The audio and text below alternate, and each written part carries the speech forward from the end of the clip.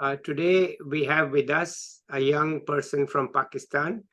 This is part of my effort to make this a Desi channel, and Desis know what I mean when I say I want to make this a Desi channel.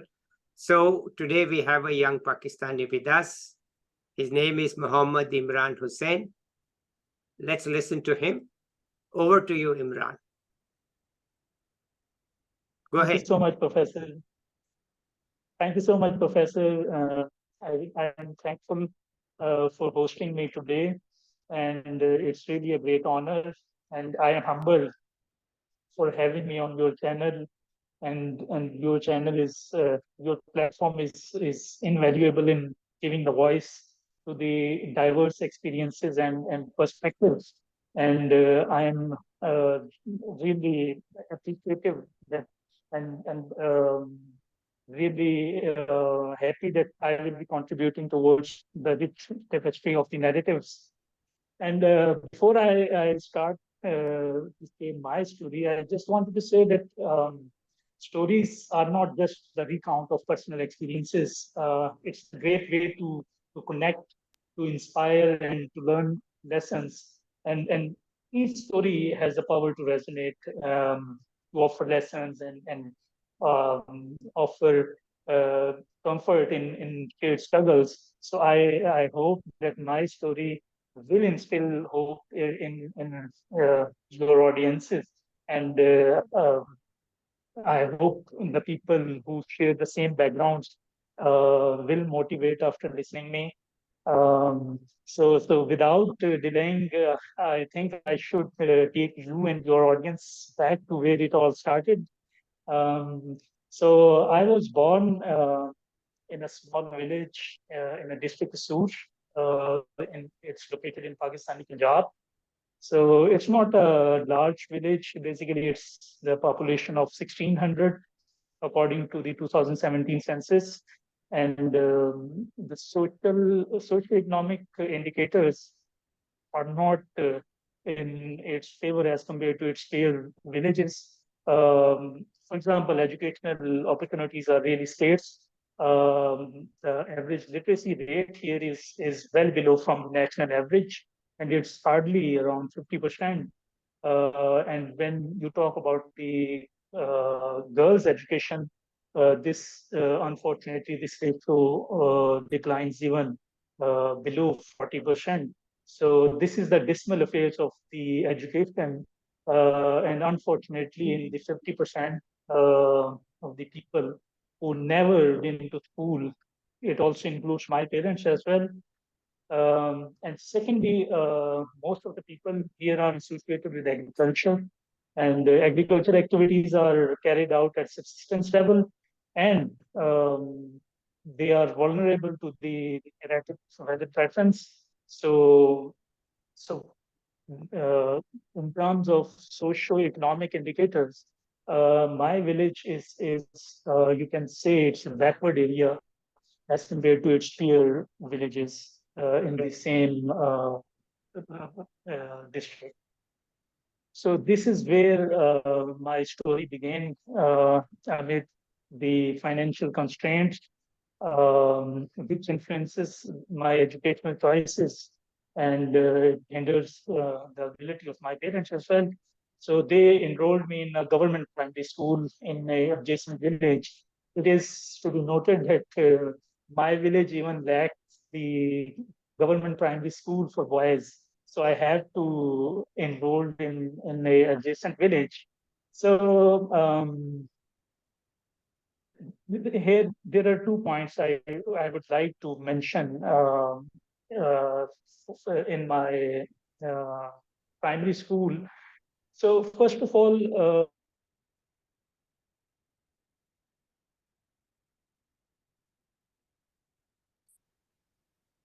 We had an internet glitch and we are now back. So Imran, please continue. You were saying there are 2 points. Please go ahead.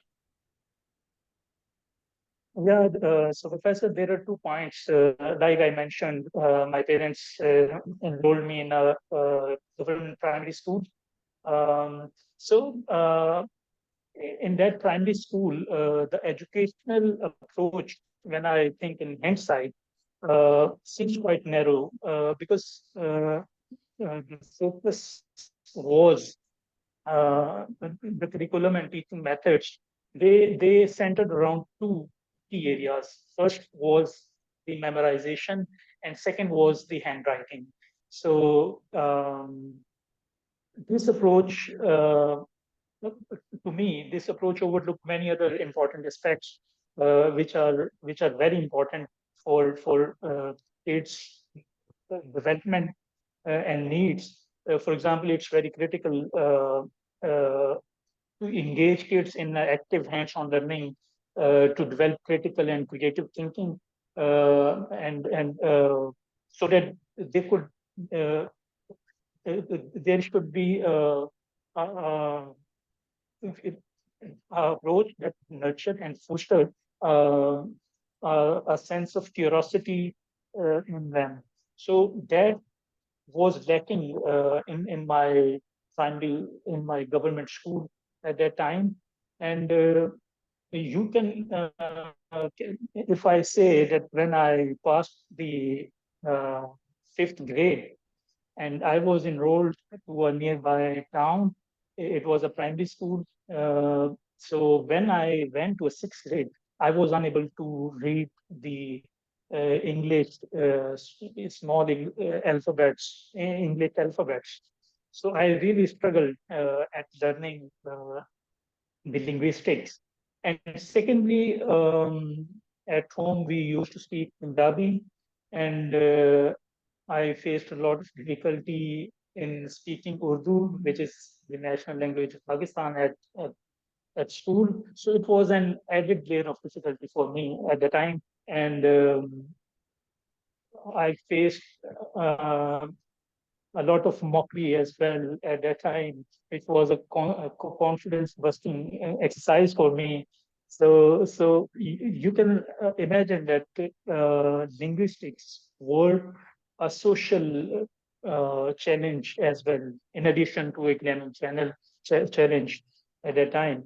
So the upside of this challenge was that uh, it was a catalyst of resilience in me, and it inculcate the sense of perseverance and resilience in me at that time. So at high school, I did my from sixth grade to 10th grade. I remained in that school. um, Here, I would like to say that that school was good uh, in terms of studies and academics, but I missed a lot. But there was a continuation of memorization here as well. So what I lacked when I think in retrospect, so there was a lack of development of critical thinking, analytical skills, and there was a lack of extracurricular activities. There was only one focus, which was on studies, and we do not do the conceptual studies. It was more a memorization exercise.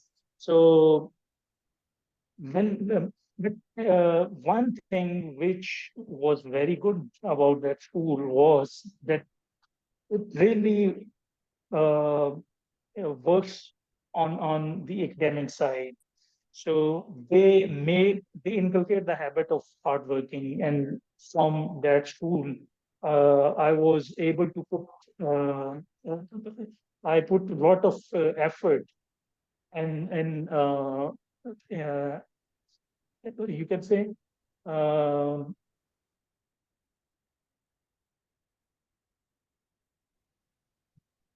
We are back from the internet glitch. Imran was telling us what was good about that school. So please go ahead, Imran.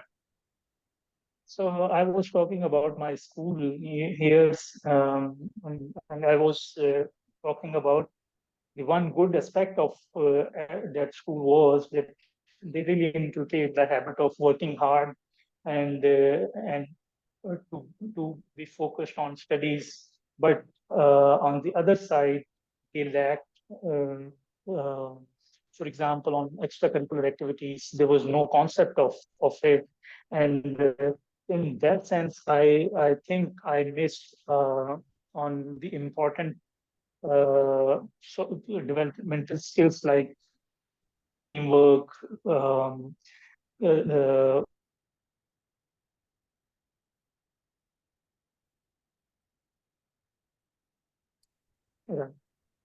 Let's continue after the internet glitch, Imran. I'm really sorry, Professor. It's okay. Let's My go. internet connection is unstable. So I was talking about my experiences at school.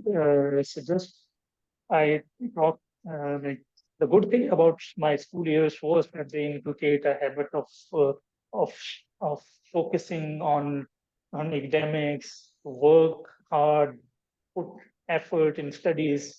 All these values I learned from my high school, but on the other side, there was a lot of other things which I missed. For example, there was no concept of extracurricular activities.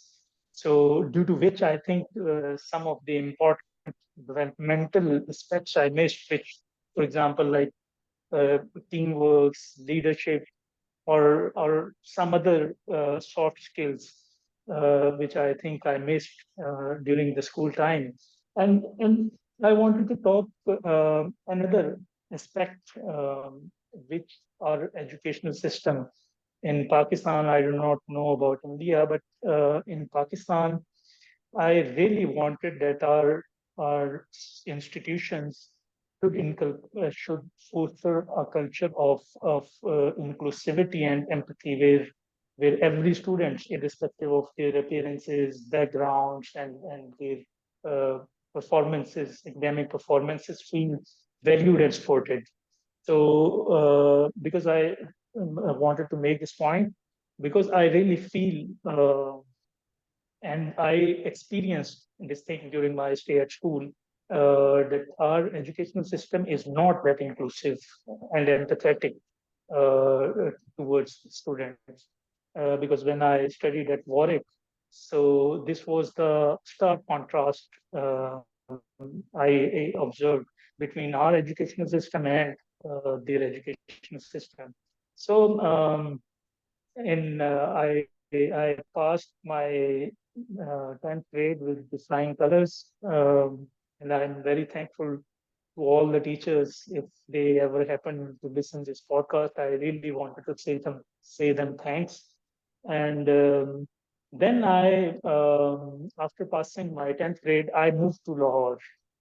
So in first, it was the first time in my life, and I really wanted to say that this was one of the transformative phases of my life. And after that, I never looked back. Uh, when I left my village, and I really wanted to say thank you to my elder brother, whose unwavering support really helped me to settle in a big metropolis city of Lahore.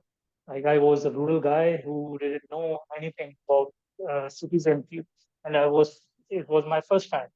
So he really helped me to settle in there, and I was lucky that I was enrolled at the Foreman Christian College Lahore, and I got full scholarship for my 11th and 12th grades. So here, I would like to mention that I really first time in my life I found a new sense of freedom. Like in schools, we do have the teachers around us who constantly monitored our academic performances, and at home, our parents watched us. And but at college, when I was away from home, and and I really felt the meaning of freedom. But at the same time, I realized that this freedom brings a lot of responsibility as well, because if you have to be self-accountable and self-disciplined in order to perform well at academics. So this was the first change, or which was totally different or new for me. And second new thing which I observed and experienced at my college was the extracurricular activities. As I mentioned earlier, that extracurricular activities was as rare as snow in Sahara at my school, but there was a buffet of clubs and societies at college. So I drove in like a child in a candy shop. So I really wanted to flavor all of this new world. And let me tell you, Professor, it was not just the fun, but it was really a transformative for me. Like it proved a confidence boosting for me. And I used to be a shy and timid boy in my school, but the college life really helped me to develop a confidence in me. So this is why I really valued my experience at college, and it was really a transformative phase of my life. Here I met a lot of people from the diverse backgrounds. People were spreading from all around the Pakistan, and I had learned here how to value the non-conform views of different people. So I learned a lot of great values, which helped me a lot in the life later on. Then I was enrolled in engineering. I was doing engineering in my 11th and 12th grade. So then came the university life, and I was an engineering student, and I was about to choose engineering, but I was really at crossroads at that time, and I do not want to go to engineering. This is where my elder brothers comes again, and he helped me like at that phase of my life.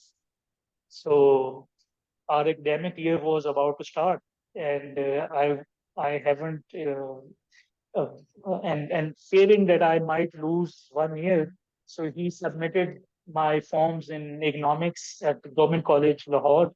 So I was really apprehensive at that time because I have never heard about economics that time. So what he did, he crafted a very clever scenario for me. So he said, listen, for example, suppose you are at a village fair. We used to go to a village fair, and he said, suppose you went to a village fair, and there are three things. There are rides, or there are, for example, you can take rides, or you can indulge in sweets, or you can buy toys. And if I gave you a certain amount of money, what will you do? So he knew that I like all three things. So I was quick as flash. I said I will ask for more money because I liked all of them. So this is how he explained the concepts of trade-off and how to make choices. This is how the my apprehension turned into a fascination for economics, and then he explained the examples of water gold paradox, and it seems in economics more seems like a daily game show rather than a dry science for me. So this is how I choose the subject of economics, and later on I fell in love with the supply and demand curves and all the market equilibriums. And from there, from government college, I passed with the flying colors, and I was awarded the academic roll of honor. This was the significant achievement in my academic life, and my parents were really happy because in 2010 we witnessed when I just rolled in my university, we witnessed devastating impacts of flood in 2010, and all of us community was really hurt financially from that floods. So this was really a happy news for all of us. So after doing my completing my master's, this was 16 years of education from government college. So I entered to the job market. I started teaching, and later later on, I participated in. I gave some of the competitive exams as well, and one of them was the competition exam in the police department. And surprisingly, I got selected for that role as well. But that was not as per my temperament, so I didn't join uh, that role. And I was lucky enough that I was selected as an economic analyst at the State Bank of Pakistan, the central bank. So this is how my career started at the State Bank of Pakistan. So when I um, when I look back at my academic journey, so I really feel deeply connected with the phrase they say that youth is wasted on the young.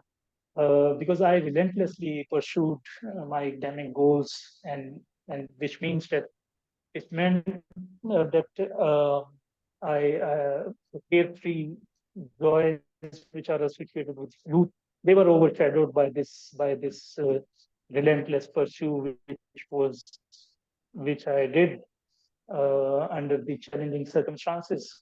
And additionally, just I told in my formative years at primary school and then later on at high school, I missed a lot at the important skills, for example, creative learning, critical thinking, analytical skills.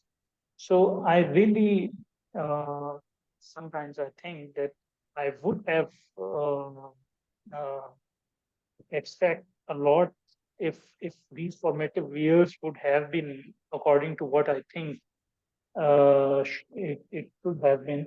So so this is how like it remains a challenging journey till the end. And then I joined the State Bank. And at State Bank, I was posted in the monetary policy department, and where I was posted in macroeconomic framework unit. So, so macroeconomic framework unit is just it's um, structured way to analyze the economic conditions of the country. So we utilize various models and theories to predict the economic performances of countries and analyze the impact of government policies on a country's performance. Yeah. So here, not only we analyze the economic data of various sectors of economy, but also do the forecasts of key macroeconomic variables. So when I was working as an economic analyst, I got an opportunity to study abroad. So I was applying for various universities, and I was lucky that I was able to get the central bank scholarship. It covers all the tuition fee, and it was a good stipend. So I pursued finance and economics from the Warwick Business School. So it was again it was one of the transformative experiences of my life. Uh, like the one when I shifted to Lahore, and this was, I would say, and joining State Bank was another, and this is the third, I guess, I think the turning point in my life. So I learned a lot of new things at Warwick. So academically as well as non-academically. For example, if I talk about academic wise, so the finance courses were totally new for me. So it was challenging as well as rewarding at the same time.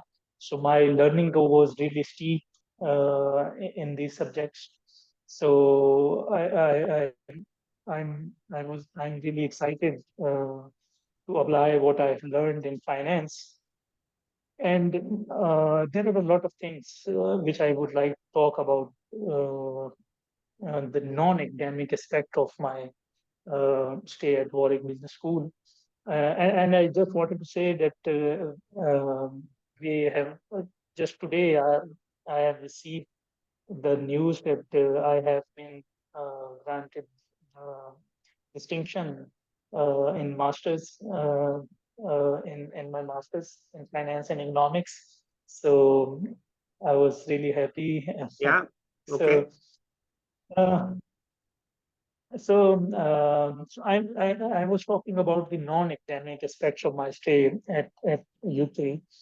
So first and the most important thing which I was really impressed was they pay a lot of importance on mental well-being, an aspect on which less attention is paid in Pakistani workplaces as well as in educational institutes. So whenever before exams, during the exams, and even after the exams, um, the administration would approach the students and constantly motivate the students and urge them, like if they are facing any stress related to exams or even students facing the financial hardships, they can contact the well-being center. And this is, uh, I think, this is the one of the most important um, aspect which unfortunately we miss, and we should replicate and we implement it here in our educational and workplaces as well. The second, I think, the second important step was career guidance. Again, we miss on that aspect because I remember when I passed my university, I was at crossroad. Like which career should I choose? I um, just I told you that I went. Um, I passed a examination of police department, which was totally opposite to my temperament. Hmm. So I think they pay a lot of attention on career guidance. And third important aspect is the networking opportunities at the university level. There are a lot of conferences and networking events where you they provide you the opportunity to interact with your future employers. So I think this is also an important aspect. Similarly, I was really impressed with their teaching methods.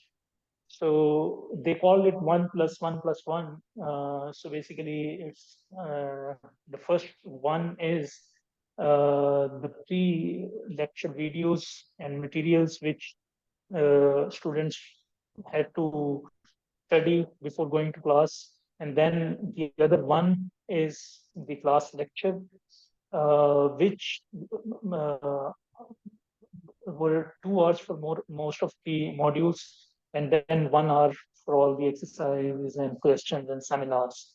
So this educational approach and this curriculum was designed in a way that one can't um have to resort to memorization or have to cram in order to pass exams. So this is a very conceptual exams. So I remember that on our first day, our dean told us that if anyone of you got 80% marks in any of modules, in 4 modules, so we highly recommend that student to pursue PhD. So we were like imagining like getting 80% is not that difficult. But when we were taking exams, so we recalled what he was saying, and we remembered that he was right in saying that anybody who got 80% marks. So this is the I guess this is one thing which is not being practiced at our educational institutes, because I remember during my university stay in Pakistan, we easily got good marks by just replicating the class lectures, and we do not, for many subjects, we do not even have to consult the books. So and this another aspect which I really liked was the inclusivity. Like I said in the beginning, there is a lack of inclusivity uh, in our schools, so and colleges. So so that was a great aspect of my stay at Warwick Business School. Similarly, the other point is related to this one, that they really give respect to students. They they want to hear you, and I was in the student staff hiring committee, so I was representing my cohort at the meetings with the staff. So whatever our concerns and apprehensions should have been about the course, they really would listen to those suggestions and implement. Uh, uh, uh,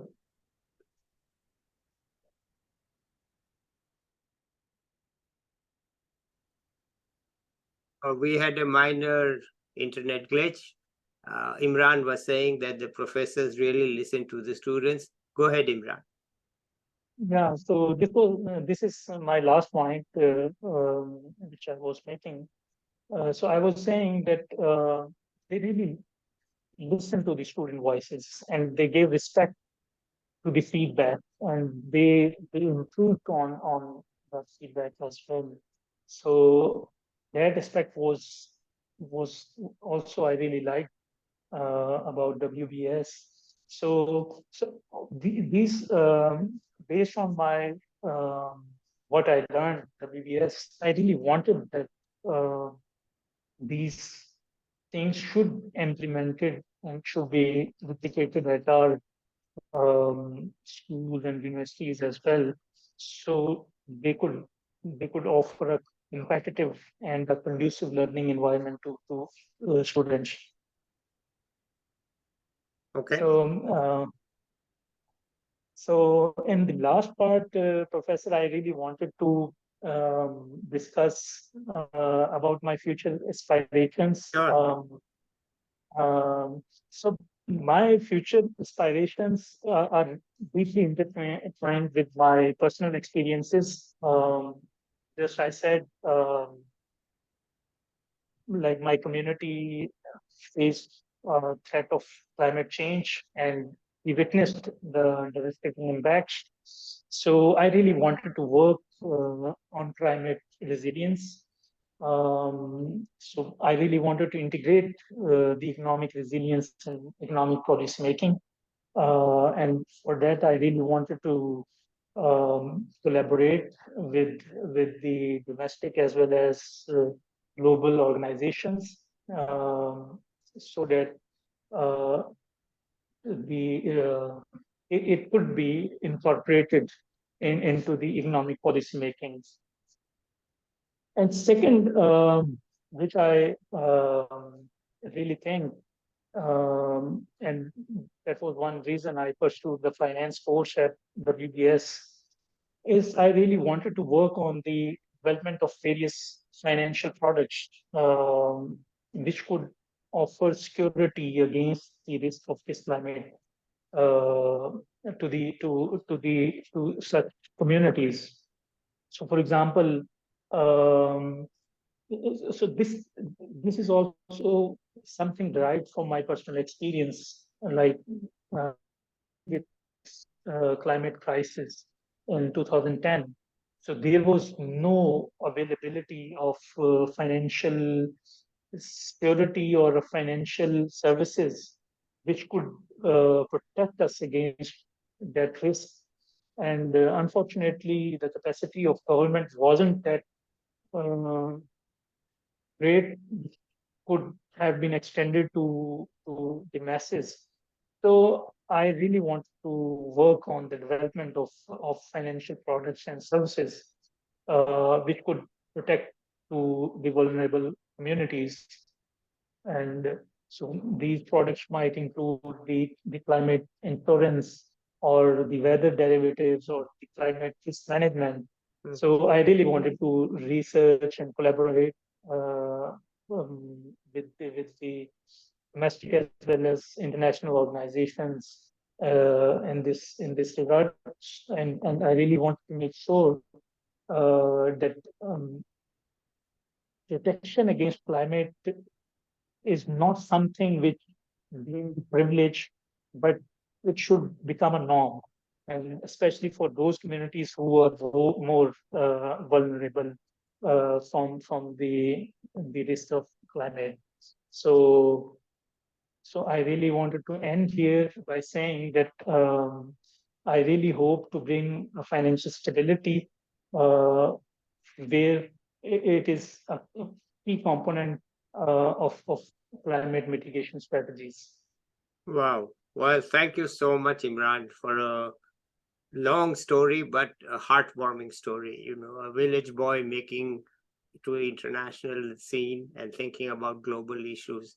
That's really inspiring story from any country. You know, it's very good. By the way, where do your parents live now?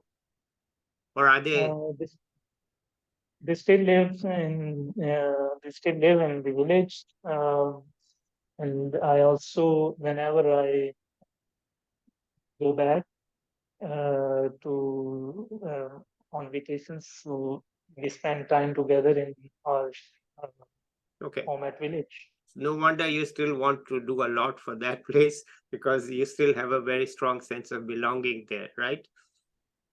Yes. Okay. Well, I cannot say much more, because you know you have said it all. Okay, it's a very great story. I just want to ask you whether you want to add anything else at this point. So I really wanted to ask something from you, like Sure. I really wanted to ask how you got into MIT and what your experience has been over the years, because MIT is a prestigious institute where every student dream to get into. Yeah, okay. So I Let me try to answer it. Okay. In those days, the Delhi School of Economics in India, Delhi was a very powerful academic place. Okay. They didn't have any, we still also still had memorization and all that, but not much critical thinking, as you rightly point out. But still, you know, they prepared you well. Okay, I was not a terribly good student in my first year because I thought courses would be easy, but they weren't. They were hard. It was a great place. The professors there were very, very famous in the world, and you know, they were really a great place to be. So it was just preparation from the Delhi School of Economics that got you the top, you know, some of the students into top universities around the world. So it wasn't anything about me.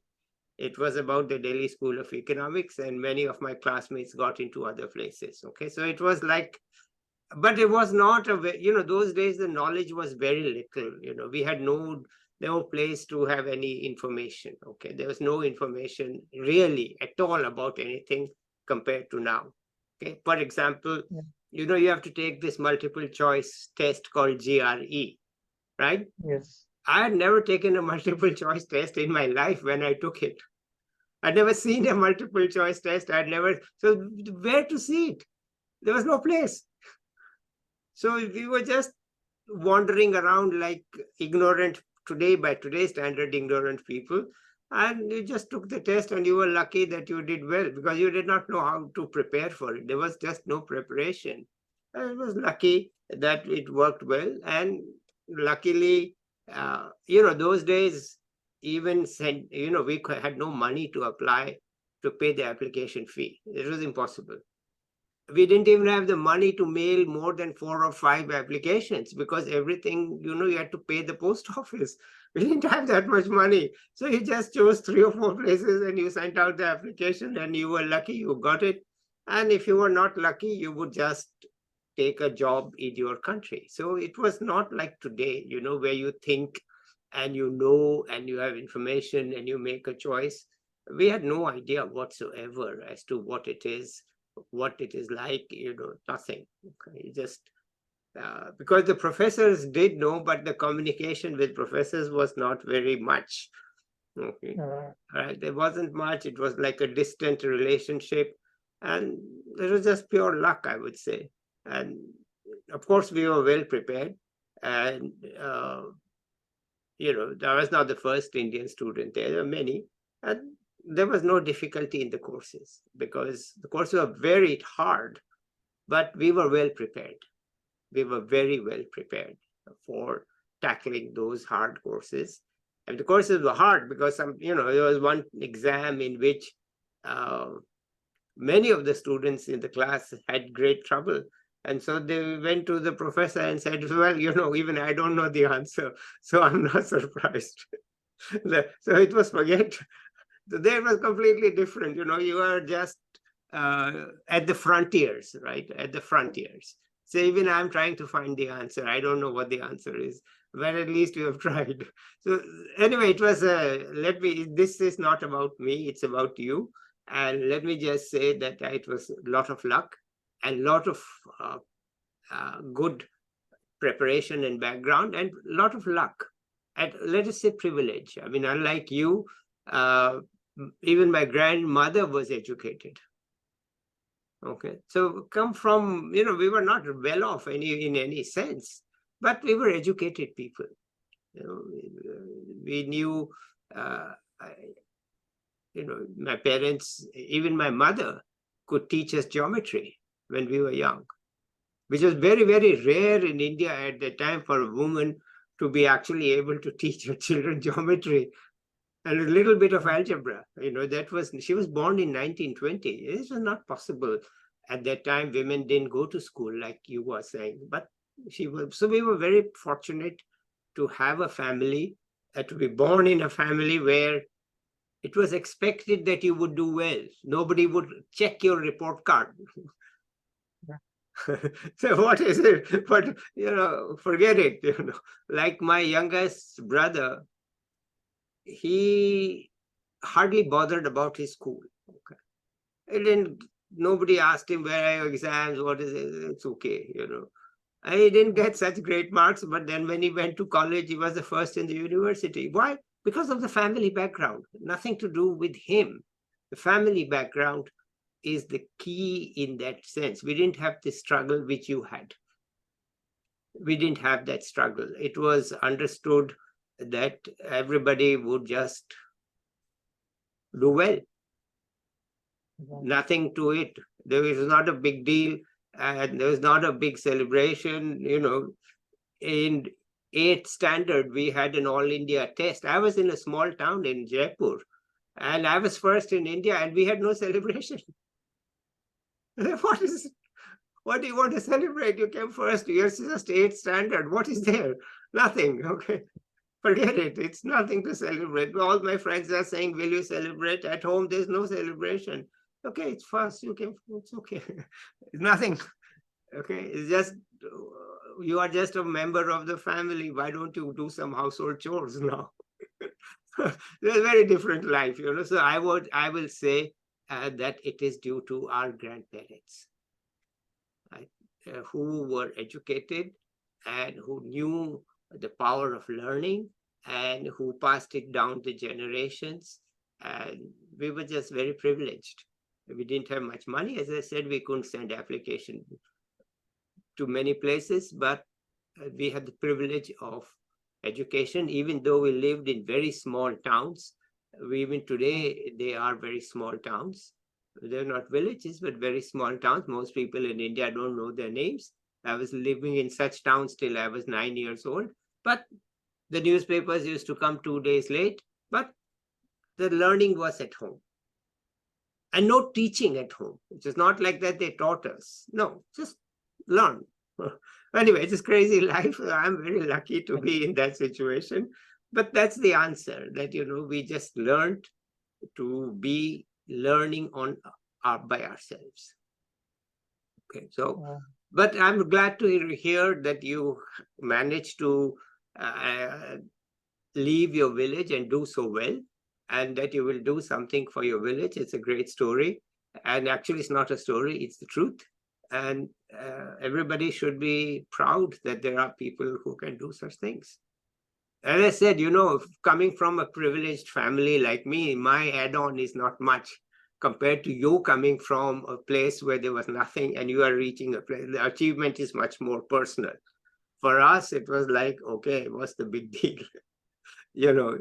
It's understood that you will, and nobody talked about it. In fact, my older brother, who was just one class ahead of me, used to come almost last in his class. And my parents never said a thing to him. They said, it's okay. He's a genius. He just couldn't fit in the school. But they just ignored the fact that he was getting very poor grades. It didn't matter. So anyway, that's my life, but I'm so happy to hear your story. And maybe we'll catch up with you in 1 year to see how you're doing and where your plans take you in the future. But for the moment, I think unless you have something to add, let's say bye to the viewers, okay? Thank you so much. I just wanted to say thank you so much for having me on this platform. I feel really lucky to share my story and my experiences with you and your audience. And thank you so much for the kind words you have said about me. I'm thankful that you've come, because I honestly do want it to be a Desi channel. Okay, we have the technology. The young people are global. They all watch TikTok and Facebook and YouTube together around the world. And it's simply history that prevents us from getting to know each other. I'm not talking politics. I'm not talking religion. I'm not talking any of those official things. I'm just saying that, look, there has to be connections between people who live in the same region. There simply has to be. Okay, and the technology makes it free. You can do it. So I'm grateful to you for having come and shown the way that, we don't have to discuss government issues, political issues, other issues. We just get to know each other. That's all, We just get to know who you are, what you do, how people are coming from villages, coming to... By the way, Government College Lahore is very famous. Okay. It's very famous because I run a website called India of the Past. And there are many stories of pre-1947. And you can read about people going to Government College Lahore, even those days, and having clear that it is the premier institution in the country at that time. It was the premier college in the country at that time. You could say Lahore, and therefore rest of Pakistan. And also, by the way, on that indiaofthepast.org, you will find many stories of pre-1947 Lahore. So if you want to know what life in Lahore was like in 1945, 1946, and 1940s, you can go to my website. Just type the word Lahore in the search box and you will find stories. Okay, I think... Professor, I can't hear you. Yeah, okay. So anyway, what I'm saying is not important. Let's end this here today. I'll catch up with you maybe in 1 year from now. And bye till then. Okay, let's stop the recording. Okay. Yeah. Okay, bye-bye, everybody.